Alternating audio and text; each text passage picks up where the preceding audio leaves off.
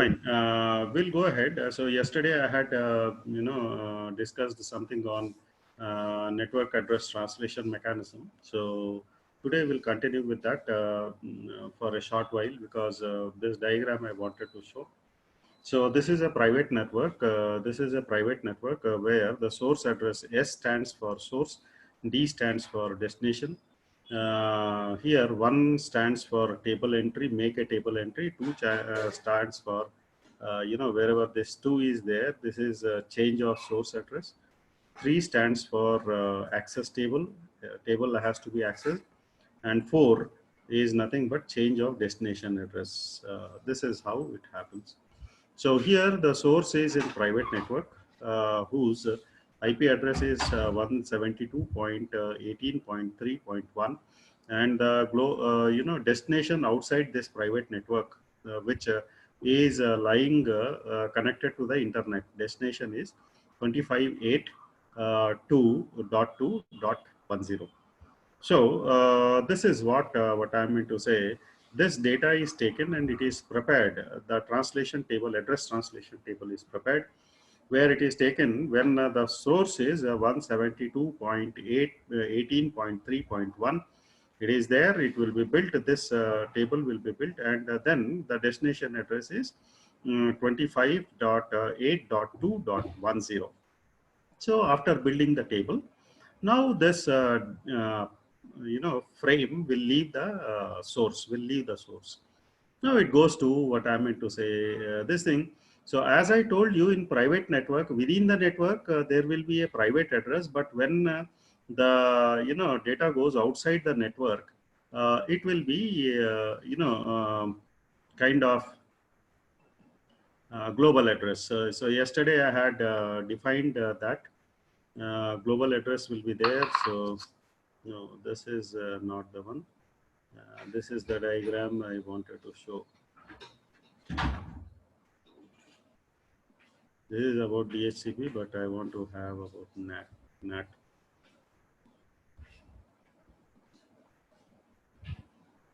So yesterday we had seen one diagram. So the same diagram I just want to show.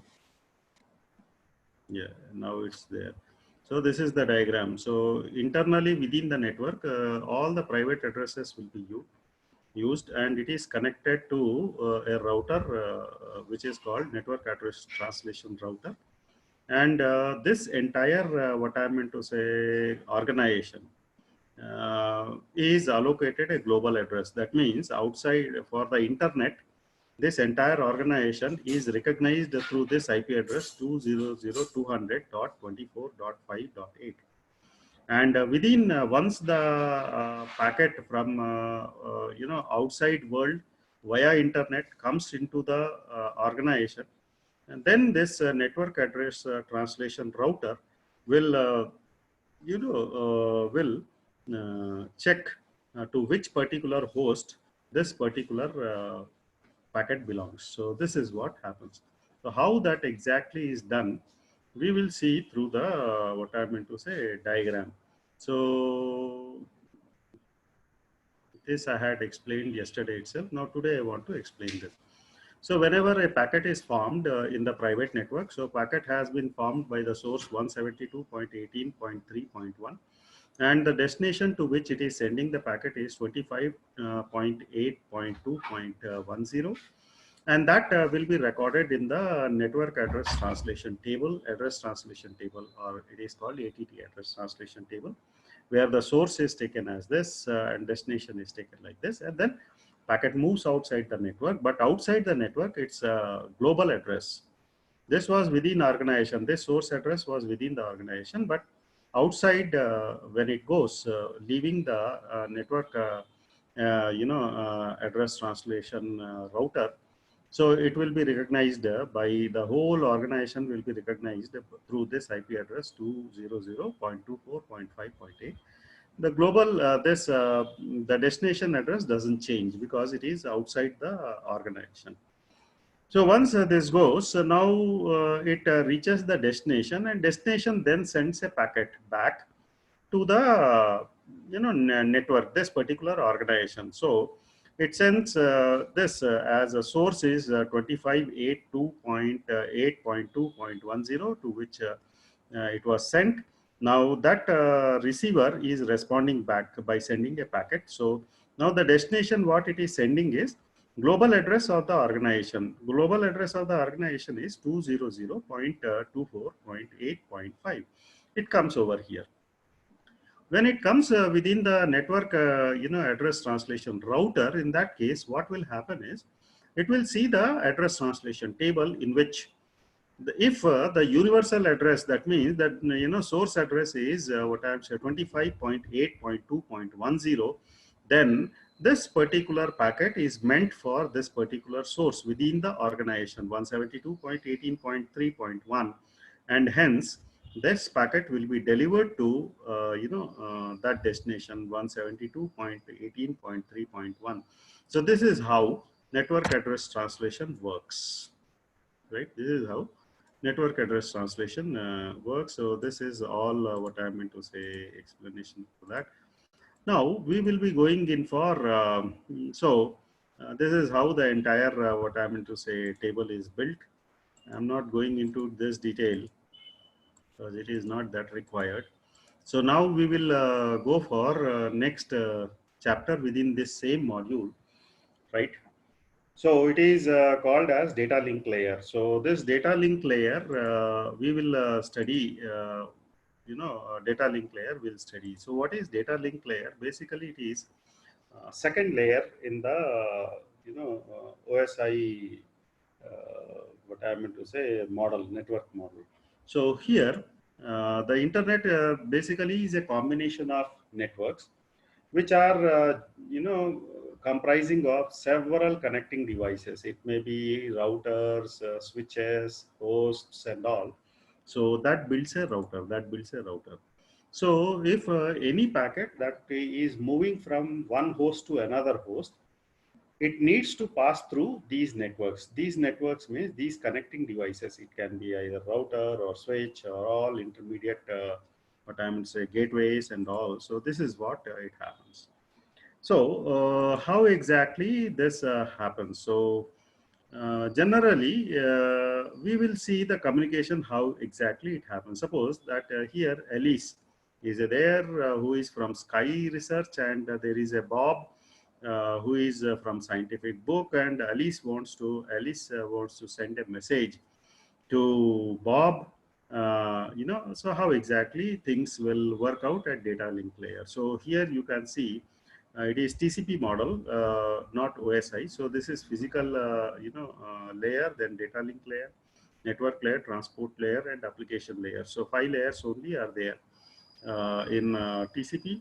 And there are 3 routers. So router number 2, router number 4, and router number 5, then 7, and then finally destination. And these intermediate devices can be any number, not necessary that it is 4 routers will be there. Sometimes 3 routers, sometimes 8 routers, sometimes 10 routers also may be there in between the source and destination. So this is source and this is the destination.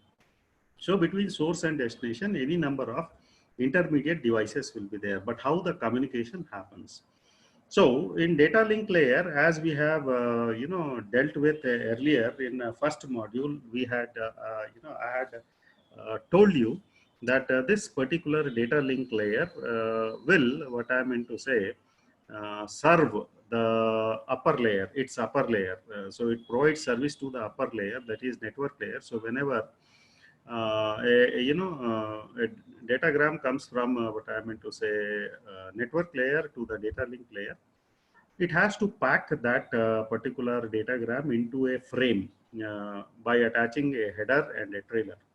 Header is nothing but it attaches the source, what I meant to say, MAC address and destination MAC address, and trailer, it will have something called as checksum, error checksum, something like that.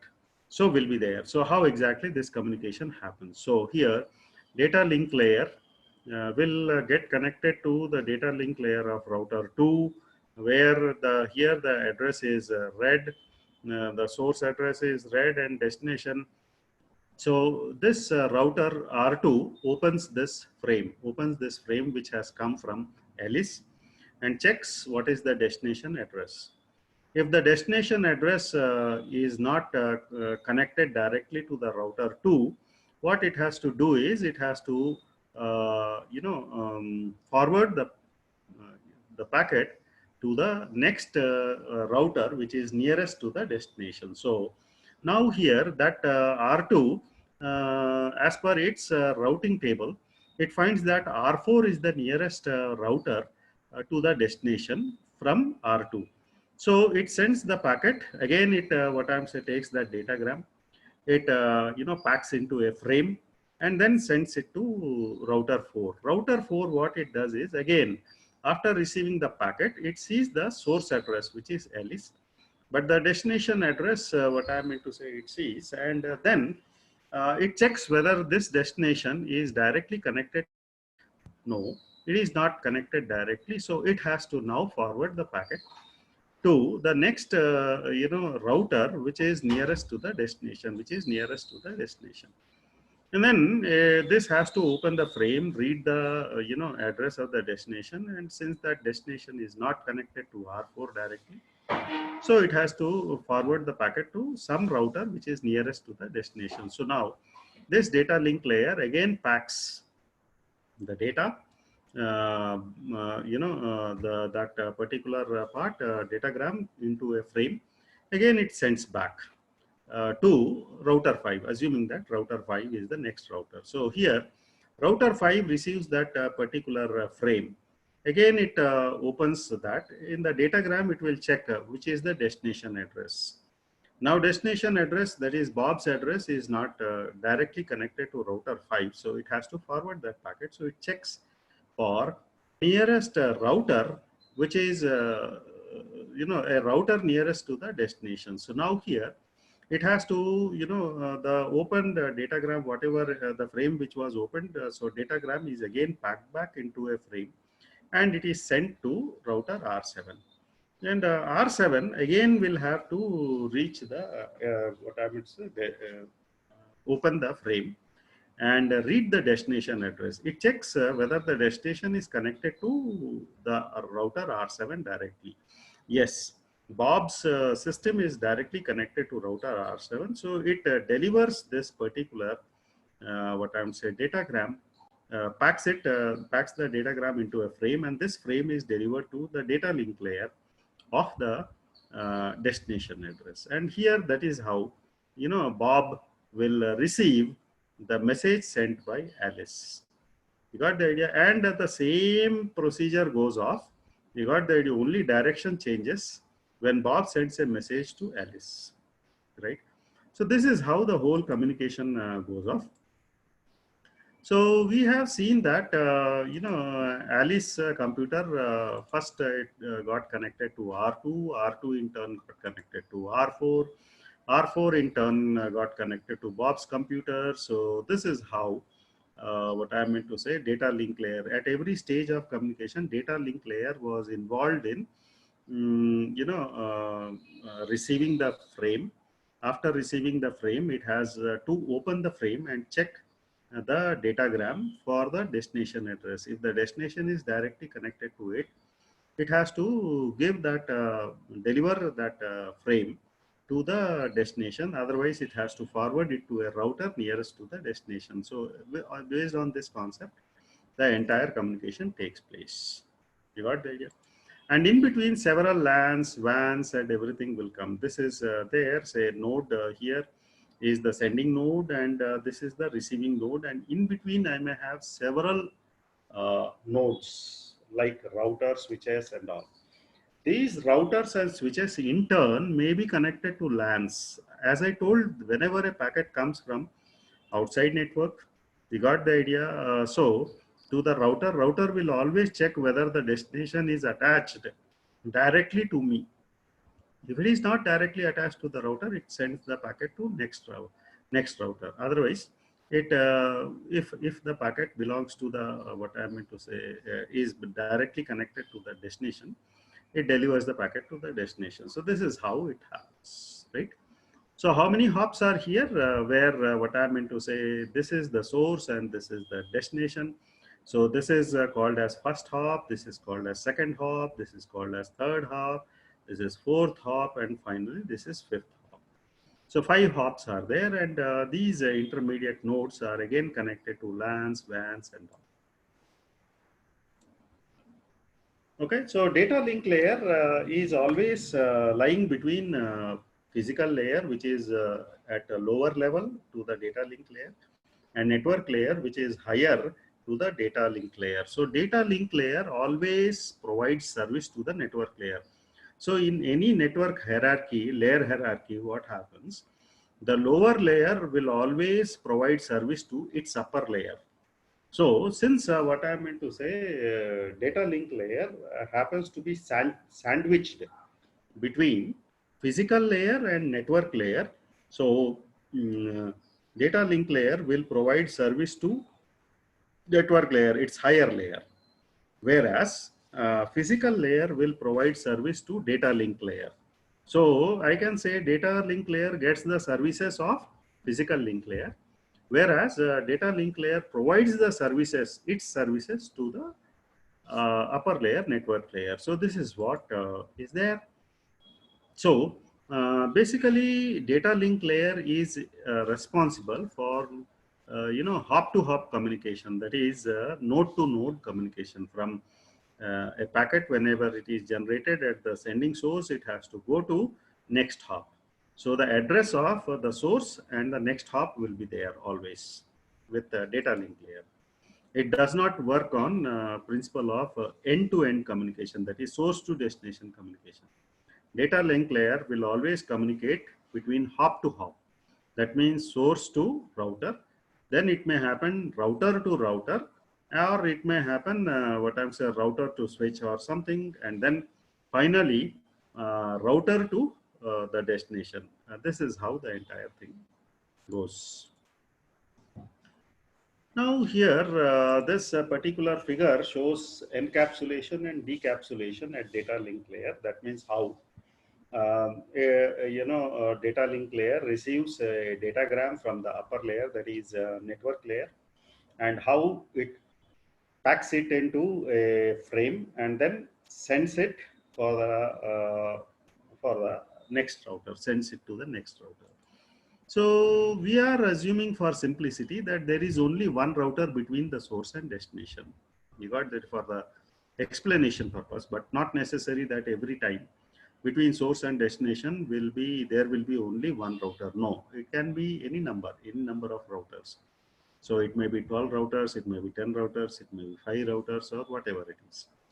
So the datagram which is received by data link layer from the, what I meant to say, upper layer, that is network layer, it receives it, and it will attach a header to that datagram and trailer to datagram, and then it will encapsulate it into a frame and then send it down. Send it down means to physical layer, where physical layer it takes the frame and converts those bits. So frame comprises of bits only, zeros and ones. So those zeros and ones are converted into voltages in physical layer, and these voltages are transmitted across the network. So frame is logically transported from one source, source host to router. You got the idea? At the router, frame is again decapsulated. Decapsulated means the outer frame is removed. Why it is removed? Because it has to see, router has to see the destination address. After seeing the destination address, it has to take decision whether the destination is directly connected to the current router. If it is not, then again it will take that datagram, it will pack it into frame, and it will put address of next router, next hop. You got the idea, and forward the packet. So encapsulated, and that is sent this thing. So this is how the entire communication happens. So now this is there. We have a datagram. So this is what I'm say frame type 1 means from it is coming from source and it is going to intermediate router. So this is intermediate router, not the destination. So that is why they are calling it as frame type 1, and it is type link 1. Link of type 1 means which is connecting source to the intermediate router, right? And here the data link layer will open the outer cover, that is frame cover, and this datagram it gets, where it reads the header which is having address of sending source and destination, address of this destination. So seeing this destination, it will just check whether the destination is directly connected to it. Now in this particular case, destination is directly connected.